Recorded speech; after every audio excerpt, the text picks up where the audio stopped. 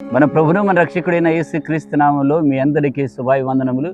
ఉదయ కాలంలో దేవుడు మనకిచ్చిన వాక్య భాగము సామెతల గ్రంథం 11వ అధ్యాయము 15వ వచనం. ఎదుటి వాని కొరకు పూటబడిన వాడు చెడిపోను, పూటబడ నొప్పని వాడు నిర్భయముగా ఉండును. మనం ఇతరుల కొరకు పూచి పడడం గాని, పూచిగా ఉండడం గాని, జామీనుగా ఉండడం కానీ అలా చేస్తే నష్టపోతాము అని దేవుని వాక్యం సెలవిస్తుంది. నా ప్రేమ నా సహోదరుడా, మరి ఎదుటి వారి కొరకు అనగా నీ స్నేహితుని కొరకు, నీ సమీప బంధువుల కొరకు నువ్వు పూటబడి నష్టపోతున్నావు కదా. మరి ఈ విషయంలో దేవుని వాక్యం సెలవిస్తుంది, పూట పడితే నష్టపోతాం. ఒకసారి నష్టపోయావు, మరలా నష్టపోకుండా జాగ్రత్త పడాలని వాక్యం సెలవిస్తుంది.